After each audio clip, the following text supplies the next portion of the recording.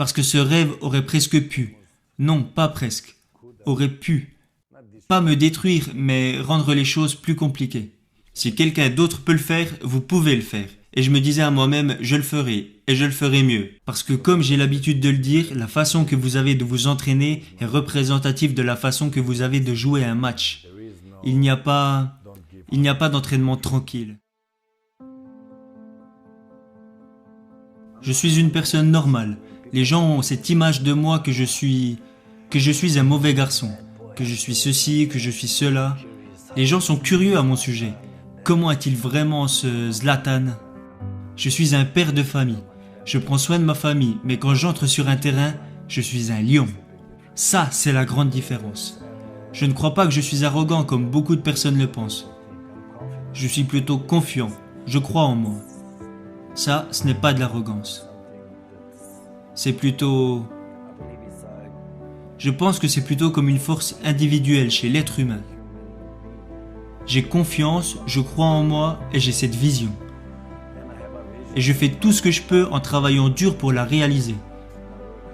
Je ne pense pas que c'est de l'arrogance.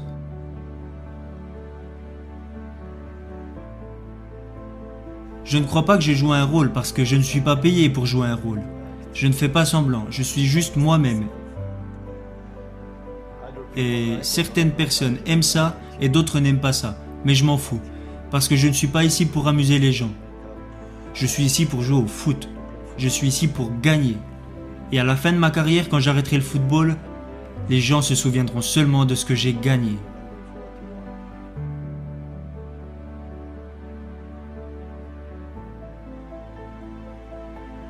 Je pense que c'est de la confiance en soi.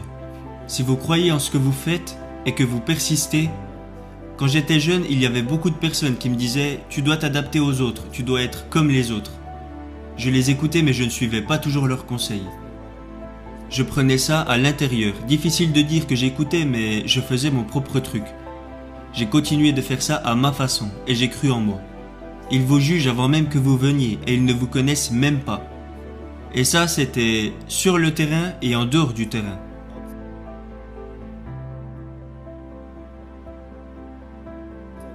Mais j'ai continué à avancer, j'ai continué à aller de l'avant, et ça m'a amené là où je suis aujourd'hui. La confiance en soi et croire en ce que vous faites. Ça, je pense que c'est l'objectif ultime. S'ils peuvent le faire, je peux le faire. Ça, c'est ma mentalité. Si quelqu'un d'autre peut le faire, vous pouvez le faire. Et je me disais à moi-même, je le ferai, et je le ferai mieux.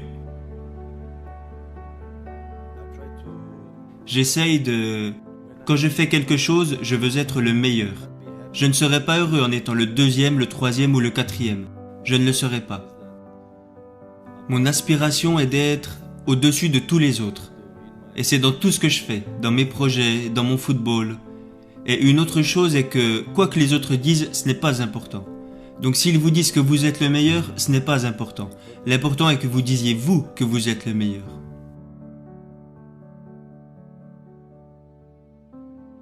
Si vous voulez que je sois le mauvais garçon, alors je serai le mauvais garçon. Si vous voulez que je sois le gentil garçon, alors je serai le gentil garçon. Mais je n'aurai aucun problème à être les deux à la fois. Parfois, il vaut mieux être le mauvais garçon. Parce qu'il n'y a que comme ça que vous pouvez savoir ce que les gens pensent vraiment de vous. Parce que quand ils vous disent qu'ils vous aiment, vous ne pouvez pas savoir si c'est vrai. Alors que quand ils vous disent qu'ils vous détestent, là, vous savez qu'ils vous détestent vraiment. Mais moi, je fais en sorte que mes détracteurs deviennent mes fans. Ça, c'est mon problème. Alors, j'ai besoin de plus de détracteurs. Les gens pensent que je veux attirer l'attention, mais ce n'est pas important pour moi, car si vous êtes bon de ce que vous faites, le reste vient tout seul.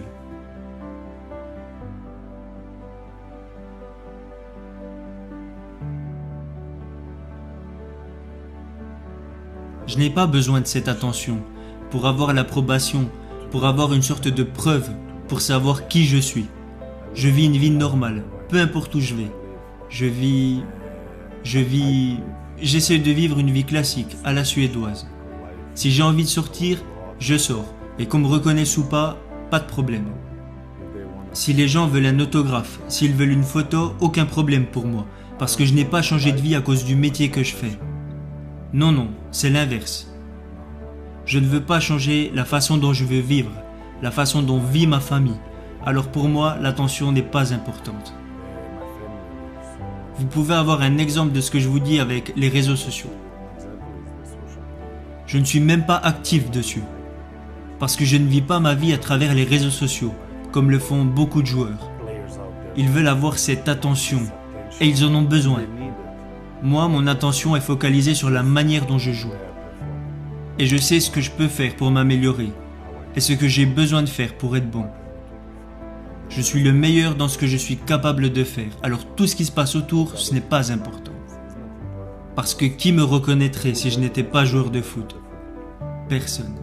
Alors pour moi, ce n'est pas important.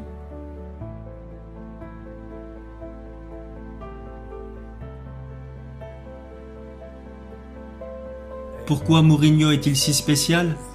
Je dirais que c'est parce que premièrement c'est un gagnant. Il a cette mentalité de gagnant. Il fait tout pour gagner.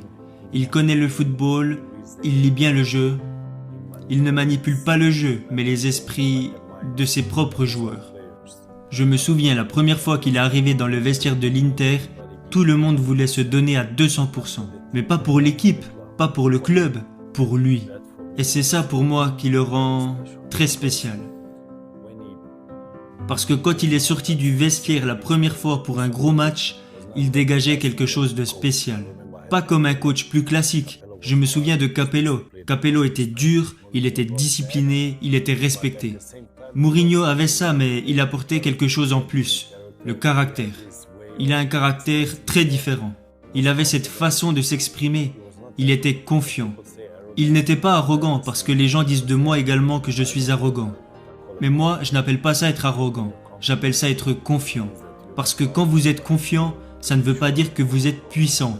Ça veut plutôt dire que vous êtes vraiment sûr de qui vous êtes. Ce n'est pas de l'arrogance, c'est différent. Les ignorants appellent ça de l'arrogance, les intelligents appellent ça de la confiance.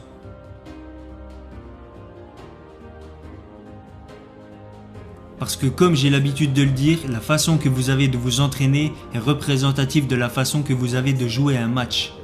Il n'y a pas d'entraînement tranquille. Et ça, c'est ce qu'est José Mourinho. C'est ce qu'il veut, c'est ce qu'il attend de vous. Il n'attend pas que vous vous donniez à 100%, il veut que vous vous donniez à 200%. Il veut que, dans le pire des scénarios, que vous restiez là et que vous vous donniez quand même à 200%. Vous ressentez une petite douleur à la jambe, mais quand vous êtes sur le terrain, vous ne la sentez plus. Ça, c'est la mentalité qu'il apporte.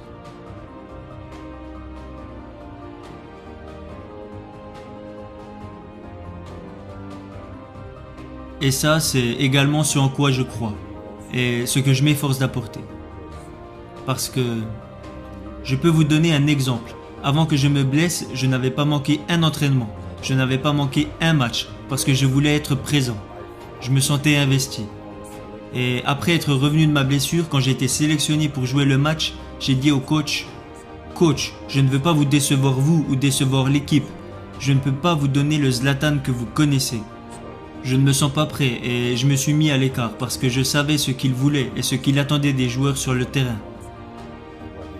Alors, il y avait le Zlatan d'avant blessure, mais juste après la convalescence, il n'était pas prêt. Alors je lui ai dit, je ne peux pas vous donner le Zlatan que vous connaissez, et je me suis mis en retrait. Pour votre respect et pour celui de mes coéquipiers, ne m'alignez pas sur le terrain car je ne peux pas vous donner ce que vous attendez de moi.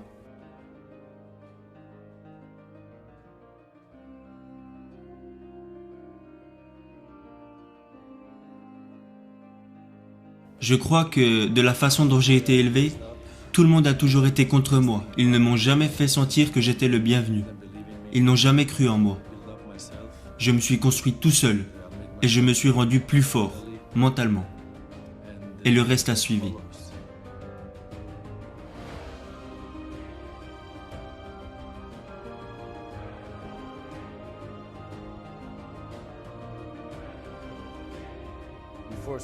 Avant mes 17 ans, j'étais le dernier à penser que je pouvais devenir bon.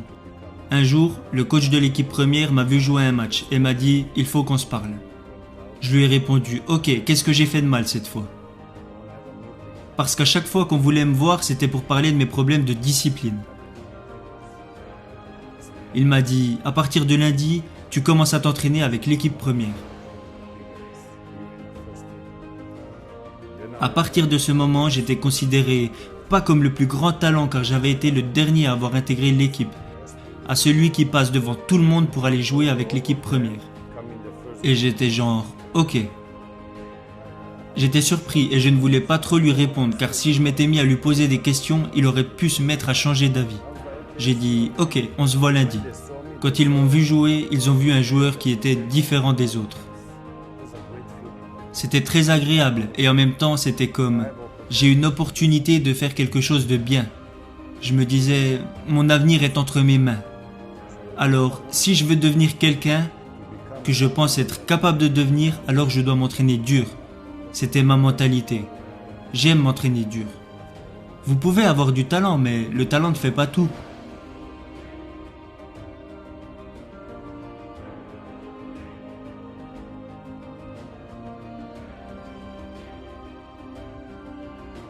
Je pense que beaucoup de personnes disent que je suis très arrogant. C'est ce que j'entends tout le temps, que j'ai une haute estime de moi, que j'ai un mauvais caractère, une grosse personnalité. Mais quand les gens commencent à me connaître, ils me disent souvent cette image ne te correspond pas. Vous ne devriez jamais juger une personne si vous ne la connaissez pas, car ça peut être très dangereux.